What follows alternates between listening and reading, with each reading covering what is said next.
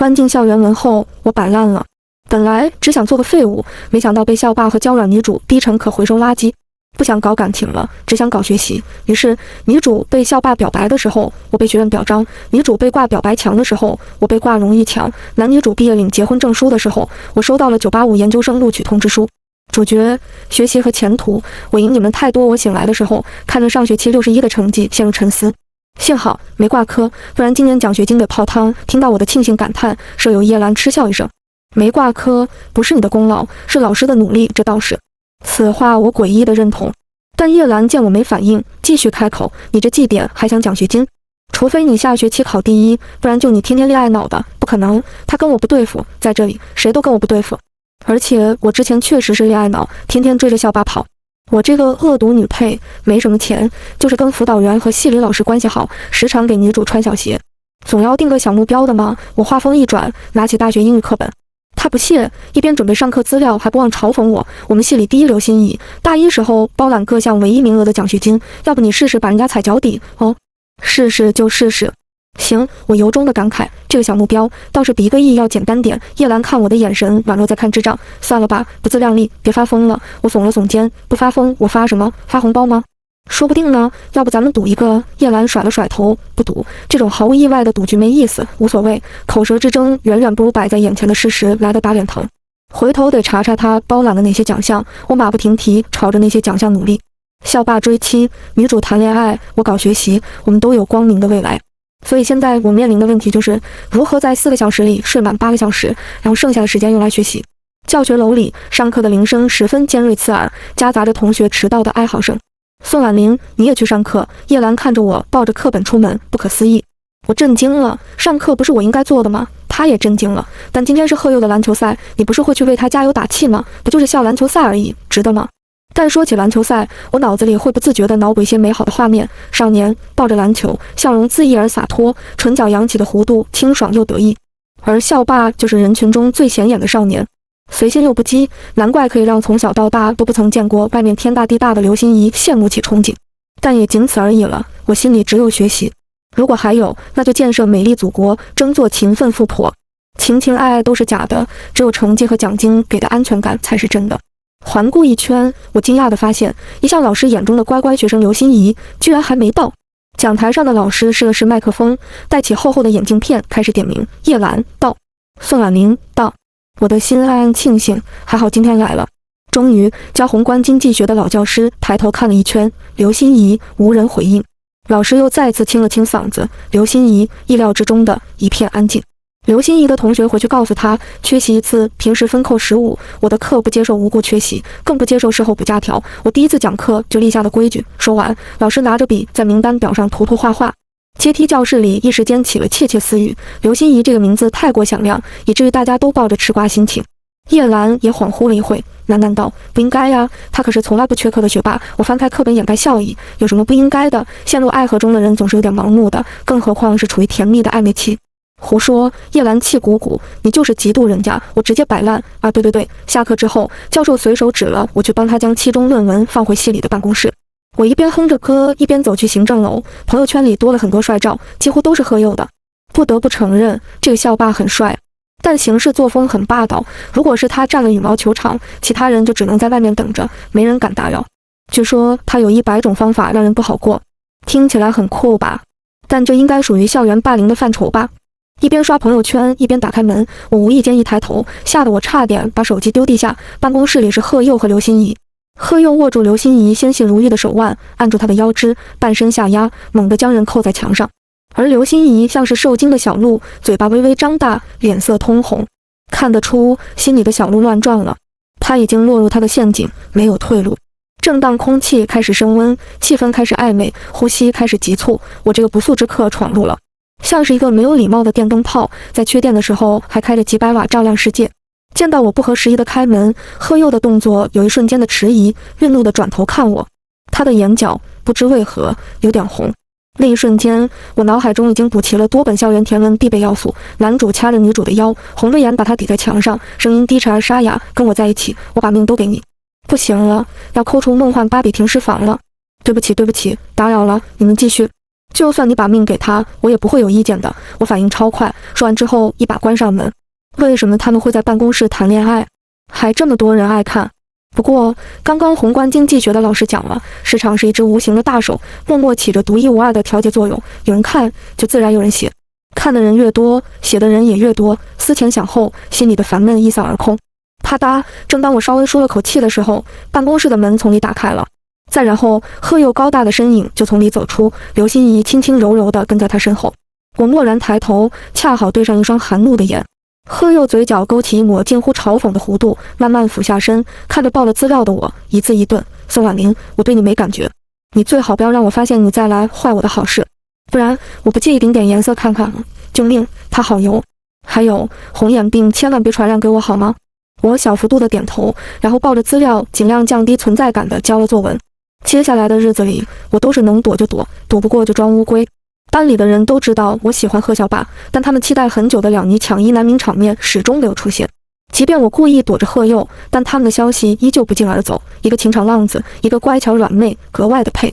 背上书包准备出门的时候，叶兰经过。今天省里篮球赛的预赛在我们学校哎，你也要去凑热闹吗？我摇摇头，不是，大家都去看篮球赛了，图书馆就有位置了。叶兰，另外一个舍友也惊叹，你最近怎么了？怎么你对贺佑两个字一点反应也没有？我怔了怔，胡说，明明很大反应。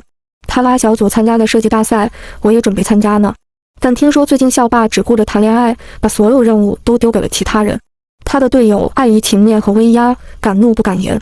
另外一个室友看了我很久，若有所思。听说考试周结束那晚上，贺佑打算在操场表白来着。我一边刷着6级的题目，一边随口附和：“表白就表白呗，这么高调，让我去抢亲截胡对吧？”室友立马露出意味深长的笑容。宋婉玲，还是暴露本性了吧？我不以为然地继续刷题，他却以为戳中了我的心思，兴奋不已。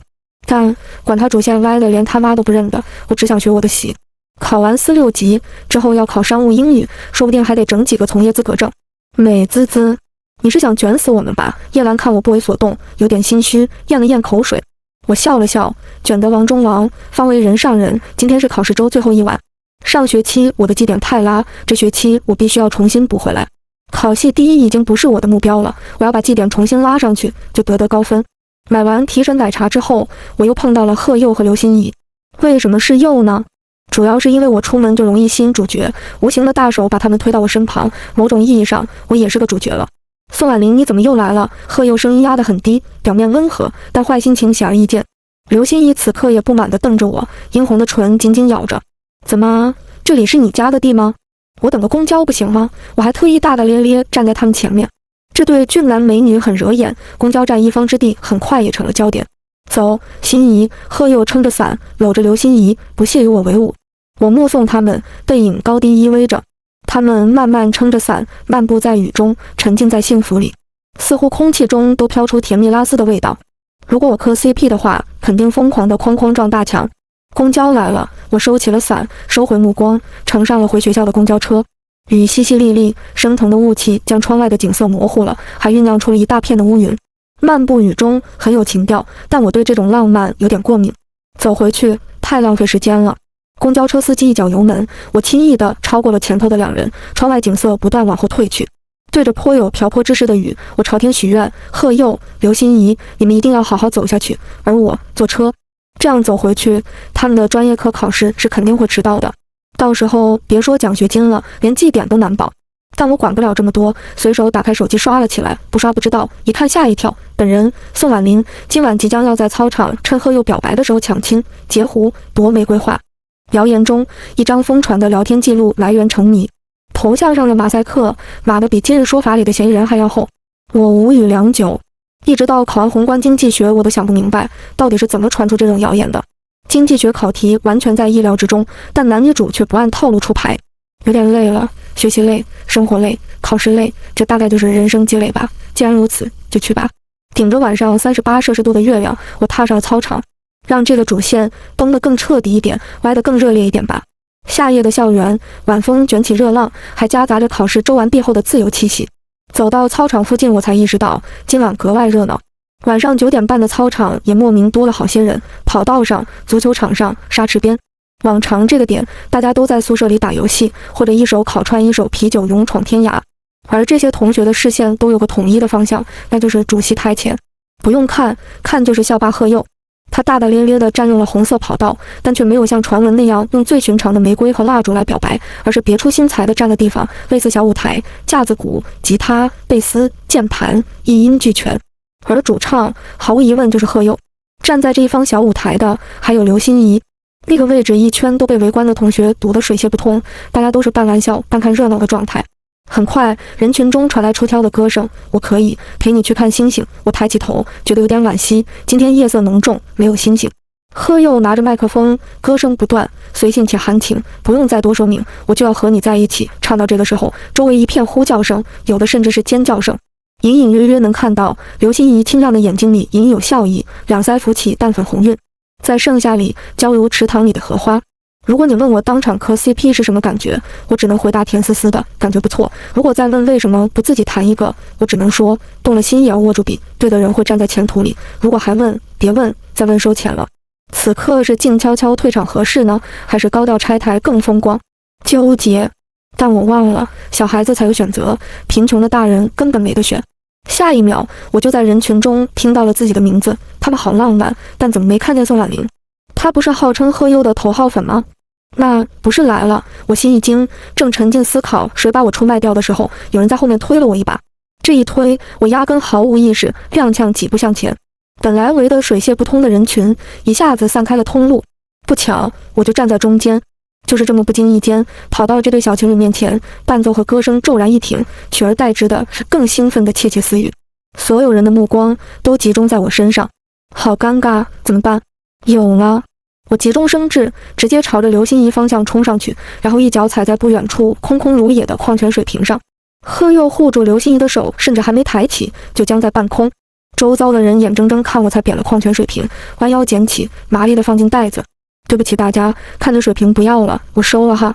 今天我在路上看到小学同学在捡水瓶，当时我就震惊了，没想到这行竞争也这么激烈。顶着众多人震惊甚至傻眼的目光，我转身挥了挥手，下次还有这种好事，记得叫我离开，是不可能顺利离开的。我还没走两步，后面的贺佑就拿着麦喊住了我，宋婉玲，你的意思是你来这捡破烂？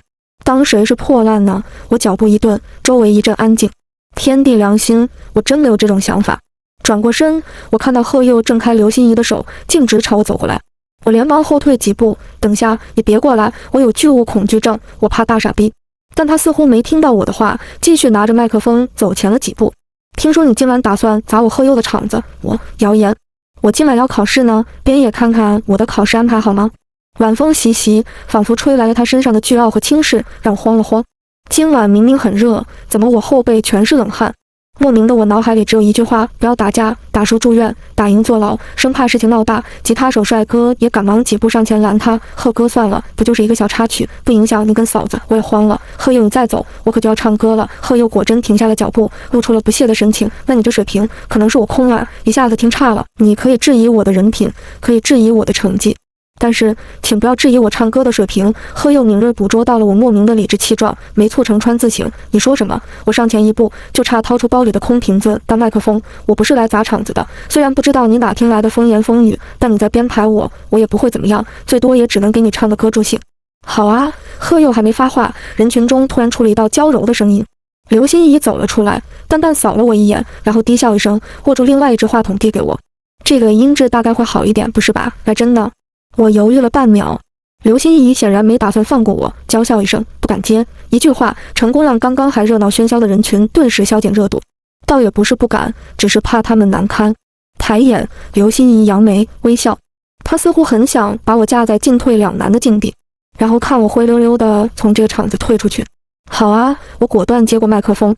刘心怡眼里没掩饰住一瞬间的惊讶。此话一出，喝彩声如雷鸣响起。声浪一波高过一波，更有男生吹口哨助兴。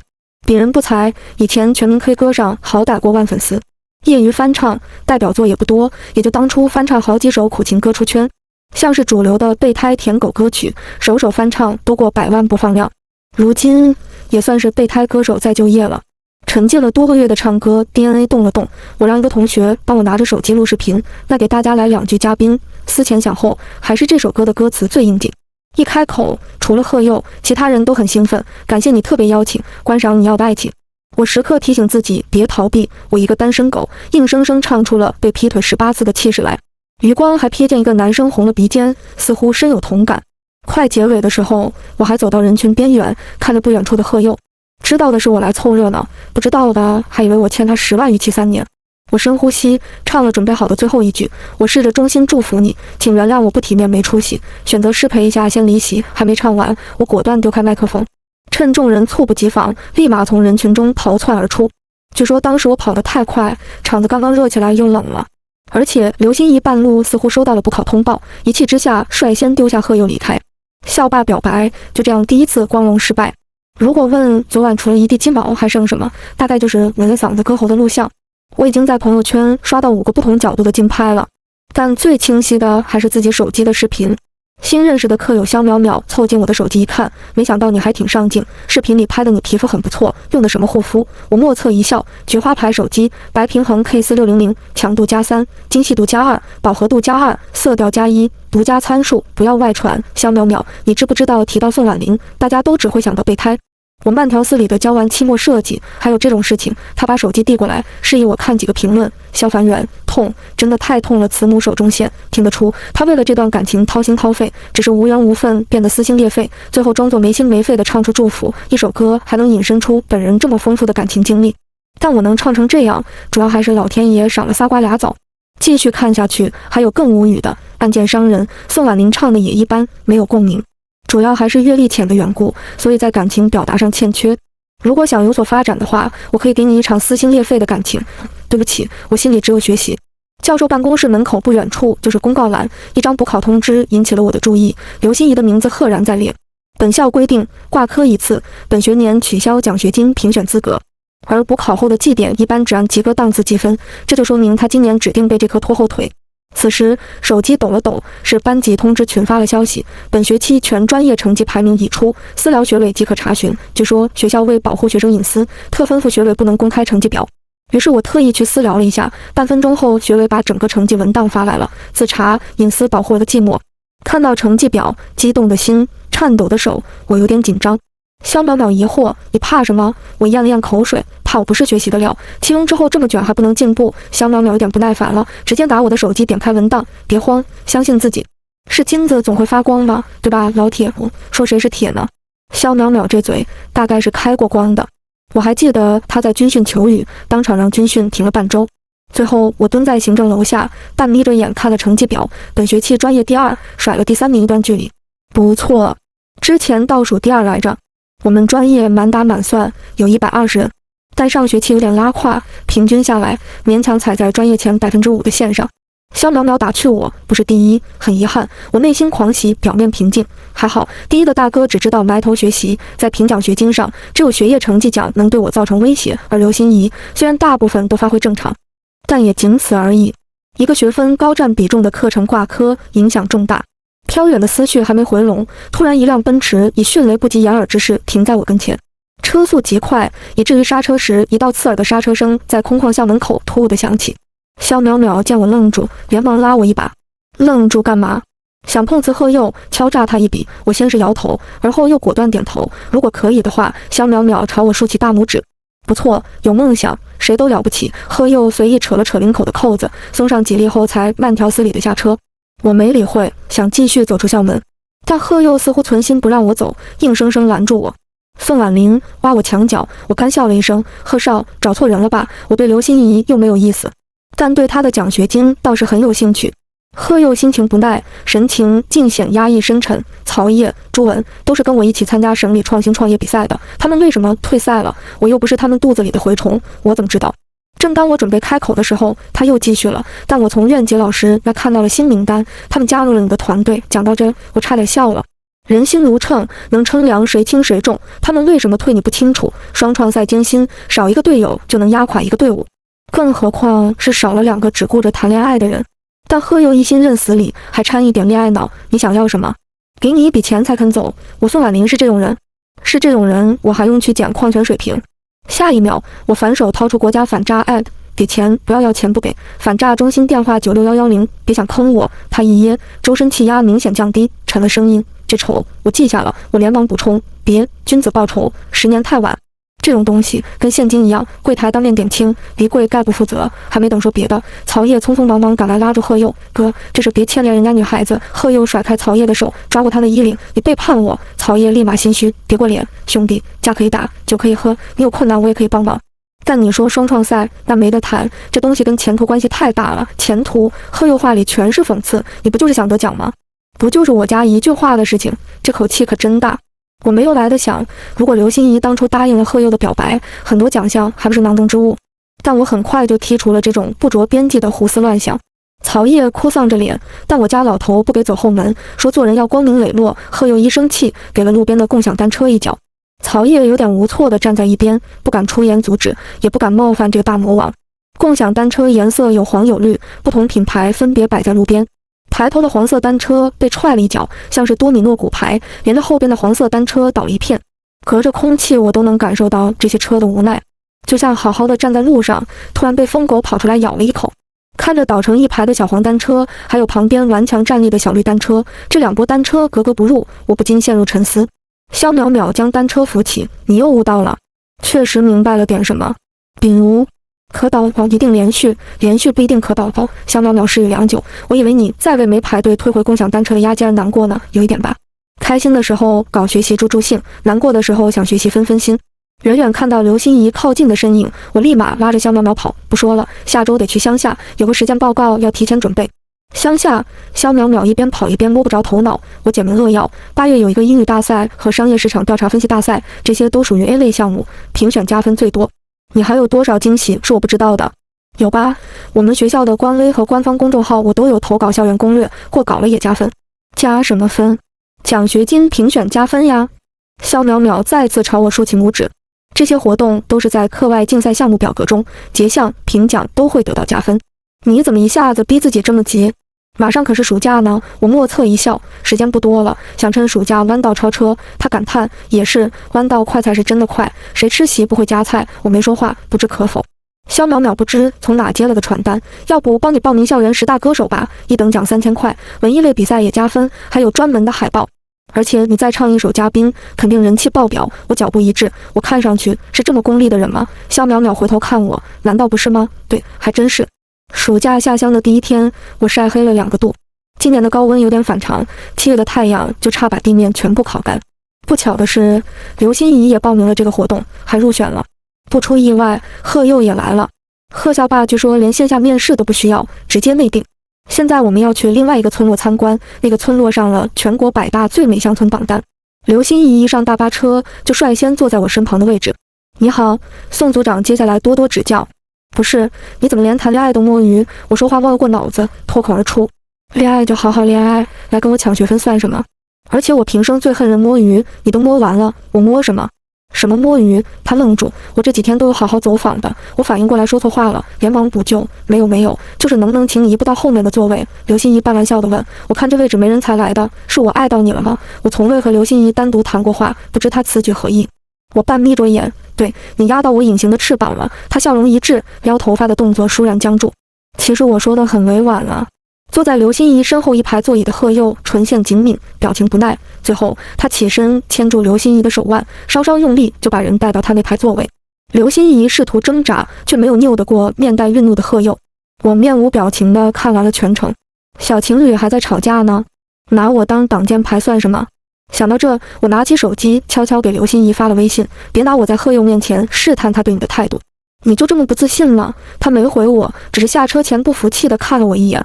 刘心怡在闹别扭，我在和小学的孩子策划汇报演出，贺佑花心思哄人，我在和村里的书记探讨古老产业振兴路径，他们终于和好如初。我的调研报告也收获了全组唯一的一个优秀评价，这个评价让我收获了个校级表彰证书和推文宣传。每天我除了远远地看他们谈恋爱，就是沉浸在书记的大力发展乡村振兴的激情演讲之中。8月底的时候，系主任还特意找了我，你这复赛成绩不错。我愣了愣，怎么个不错法？系主任扶了扶厚厚的眼镜，这个成绩别说是稳进决赛了，就算是你在决赛现场踹考官一脚，他都得夸你文武双全。我没忍住笑出声。暑假有惊无险的过去了，同行的曹烨说，贺佑确实对我颇有微词。我眼皮一跳，继续抓着曹烨问，那我会不会哪天就被人套麻袋了？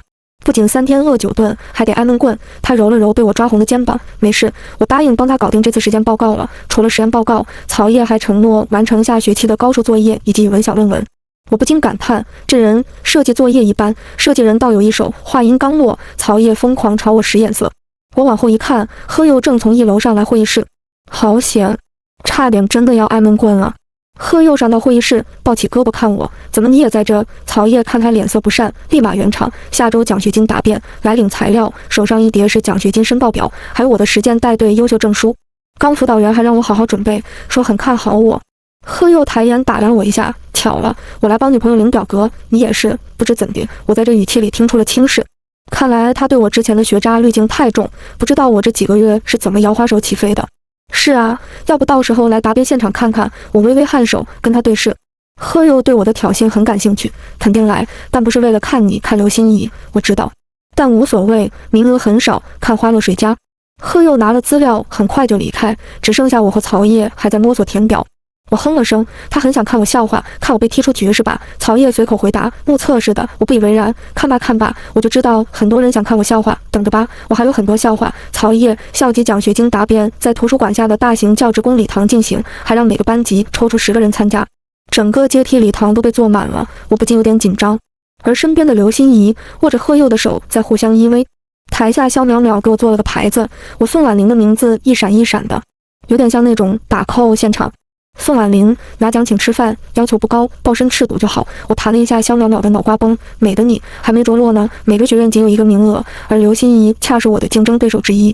主持人已经在开场了，而我努力的在调试 PPT 和麦克风，台下的评委也已经就位。抽签的时候，我抽到了第3，而刘心怡是第2个。她在我前面落落大方的发言完毕，汇报台风很稳，赢得阵阵掌声。轮到我了。上台的时候，我和刘心怡擦肩而过。他笑了，给了我一个势在必得，让我别白费力气的眼神。我也笑了，胸有成竹。台上的灯光集中到我身上，我从容地做了自我介绍。成绩上，我本年度全年加权92，居专业第2。当然，和之前的同学比起来，我觉得这个成绩实在不算什么。但我的优势在于，到这，我直接晒出了成绩单和各种获奖证书。为了节目效果，我在做 PPT 的时候将奖项分了几个层次，显得条理清晰。台下看到我的证书和成绩单，起了一阵窃窃私语。伴随着我的自我介绍，议论感叹声更大了。这似乎比前面刘心怡还厉害。没有对比就没有伤害。这个学院真的是神仙打架了，先有校霸追学神，后有苦情歌手后起之秀。等下，我怎么就成苦情歌手了？余光中，我还瞥到了肖淼淼从脚下拿出那个写了宋婉玲的牌子，疯狂摇着，差点全场他最瞩目。系主任还在答辩过程中照拂了我一下。第3页 PPT 里的创新创业大赛，这可是我们学校第1次在省内大赛获得1等，我心领神会，立马点头。现在已经继续参加上一层次的挑战杯，希望今年内还能有好消息。而且我们已经联系了校企，很快也能解决启动资金问题。不巧，这个项目就是我挖贺佑墙角抢来的，半路挖到宝。我起步比较晚，所以后期都专门挑 A 类项目比赛参加。虽然获奖数量不如前面的刘心怡，但都是精华，加分额度一个顶俩。台下评委都和蔼地笑了笑，提起笔很快的就写了答辩分。无意间，我和台下刘心怡的目光撞上了。她坐在前排，朝我比了个嘴型，算你狠。她的心情我明白，并且深有同感。自己的失败固然可怕，但对手的成功更令人揪心。很荣幸成为刘心怡的对手，还赢了。宣读获奖名单的时候，我有一瞬间恍惚。刘心怡提前离席，贺佑也跟着追了出去。这对经常挂在表白墙上的神仙眷侣还引起了礼堂内不少人的注意，有人惋惜，有人笑叹，但更多的是唏嘘。我不禁在想，如果其他心愿都实现的话，失恋也不是不可以。我拿着战利品证书回宿舍，室友叶澜一震惊，手机掉地下了。捡起来手机，我好奇地问了句：“你在看什么？”叶澜喃喃：“学神刘心怡怎么会输给你？怎么不会？神也会跌下神坛呀。”对床室友补充，我们在看表白墙，刘心怡的室友投稿了，贺佑直接发了个大红包给刘心怡安慰她失利。而且最重要的是，那个红包数额跟院长奖学金的金额一模一样。我早知贺佑是富二代，但没想到这么阔绰。这大概就是成功源自后天的努力，但是如果有人替你努力，那就可以后天再努力。今明2天先休息吧，我倒在床上，我不嫉妒。刚在行政楼拍了大头照，过段时间我的照片能被挂在荣誉墙、表白墙、荣誉墙，都是墙，那可差远了。叶澜闷闷地看了我一眼，而后烦躁地回去看综艺。婉玲，打算考研吗？有人问我。我果断回答，当然，但我们学校不是有保研名额吗？叶兰也横插一句，天哪，很难申请的。我有点无语，为什么他看着很沉浸综艺，但一涉及这种话题就能及时冒出来呢？再难又能怎样？我懒懒打了哈欠，是我的就是我的，不是我的，争一争也是我的。奇怪的是，叶兰紧紧抿唇，没有反驳，更没有说我疯了。原本想接下来低调一点的，可是实力不允许。校园10大歌手的决赛，我的表演现场被之前看我在操场唱歌的观众顶上热榜，最后网络人气第1，总成绩第2。据说那段时间的学校论坛有一半帖子都是关于我的，另外一半则是刘心怡终于答应了贺少的表白，贺校霸表白成功，本人凭借一己之力居然和2个主角在论坛上分庭抗礼，想想都觉得不可思议。前3名的歌手都有一阵子的广告牌宣传，作为奖励我还拿点奖金。宿舍门口的滚动广告牌天天会划过我的半身照，另外的室友站在广告牌面前仔细端详我的照片，这半身照修得还不错，我骄傲。当然修了1天1夜的，能不好？肖淼淼面无表情的插话，不用修，很漂亮。我说的，我余光倾斜，有多漂亮？她清亮的眼睛霎时间露出笑意。如果长得好看要交税，那你肯定养得起这个地区的公务员；如果长得好看要判刑，那你就是无期徒刑；如果长得漂亮能让我为你犯错，那我愿意一错再错。我承认，这有些借着男女主东风上位的意思，从龙玉强的大头照到广告牌的半身照，看看什么时候在整个人形立牌就完美了。熬了1年之后，我拿到了保研名额。同样功成名就的肖淼淼惊叹一声：“天哪！”祝福！他喊得太大声，饭堂排队的人目光全都转到我俩身上。我也同时惊了，名额15分钟前才公布的，他这么快就知道我的好消息。祝福我吗？我再次确认，不是。祝福你这个单身狗干嘛？祝福我磕的 CP 贺少和刘心怡领证了。那没事了，我早预料到是这样的结局。对，刘心怡收获了爱情，贺校霸得到了对象，我除了一个保研名额和数不清的奖学金，什么都没有了。肖淼淼白了我一眼，欠打倒是不欠，就是今天肯德基疯狂星期4，欠人溜我50。他一边看朋友圈，一边兴致勃勃地科普，他们的爱情长跑3年了。可惜了，刘心怡收获了对象，却卷不过你了。我点了一份卷心菜，卷不过又怎么样？说不定他马上能比我少奋斗30年了。据说刘心怡毕业后直接就到贺家去了，至少吃喝不愁。肖淼淼秀一圈，你的菜下醋了，好酸。我好甜口，哪有放醋？后知后觉才发现他在调侃我。我啃了口饭，理直气壮反驳，没酸，现在靠自己逆袭，我很满意。对了，领证能加素质拓展分吗？能的话我也去领一个。他敲了一把我的头，学傻了。结婚证你没对象，去哪领？好吧。但他话锋一转，确实能加素质拓展分，你去找个对象吧。我伸了个懒腰，掏出手机发朋友圈。我已经过了小鹿乱撞的年纪了。现在小鹿长大了，走路贼稳，还带风。朋友圈配图我特意选了重本录取通知的截图，文案：关关难过关关过，前路漫漫一灿灿。